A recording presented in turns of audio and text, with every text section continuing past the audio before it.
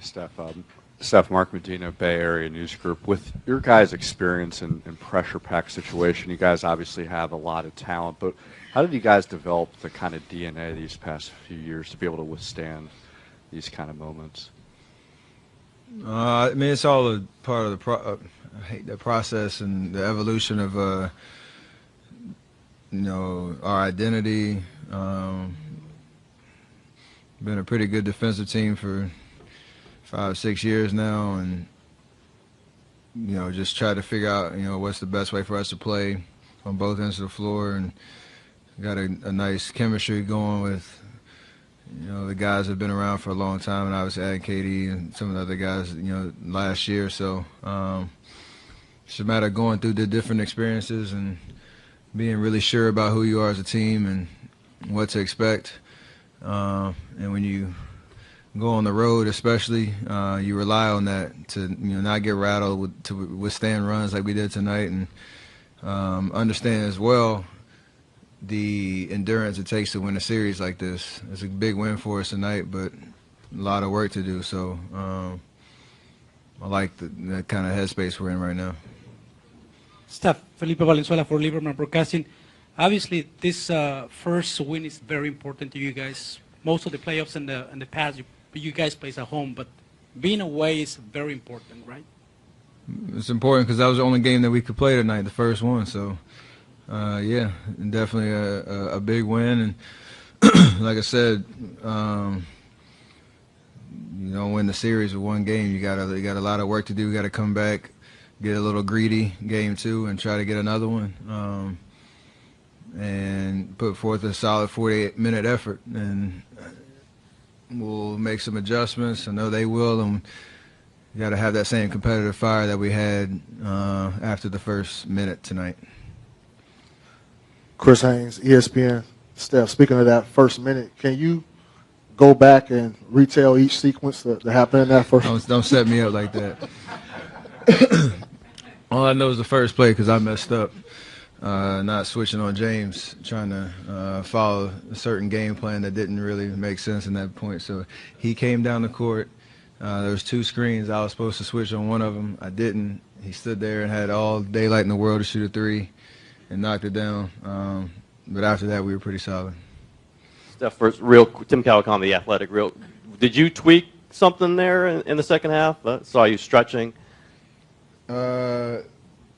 Yeah, but playoffs it doesn't really matter. You got to keep playing, so I'd be fine. It's a physical series, and it's in a situation where I'm going to be out there, hopefully, regardless of what happens. You hope they isolated on you every single play.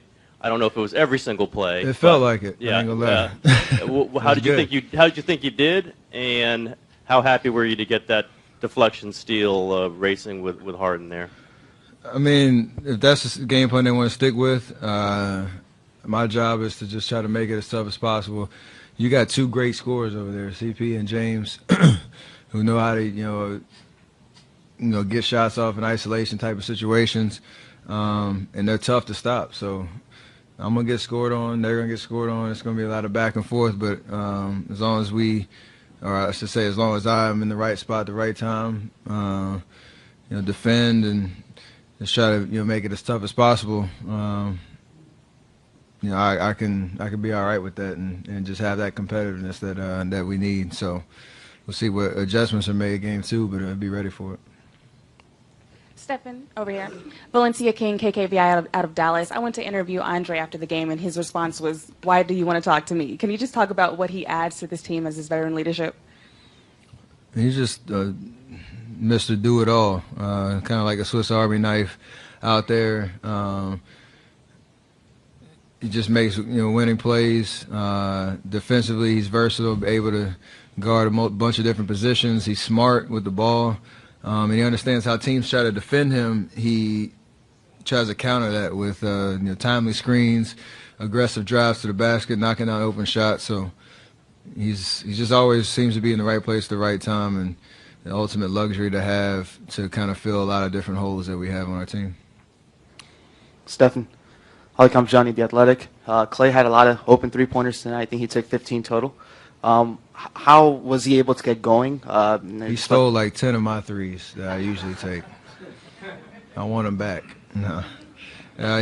We just, I think the way that we played tonight, obviously KD, the way he was able to do in certain ISO situations, getting shots off, the way that they were defending certain plays, we got a lot of driving kicks opportunities.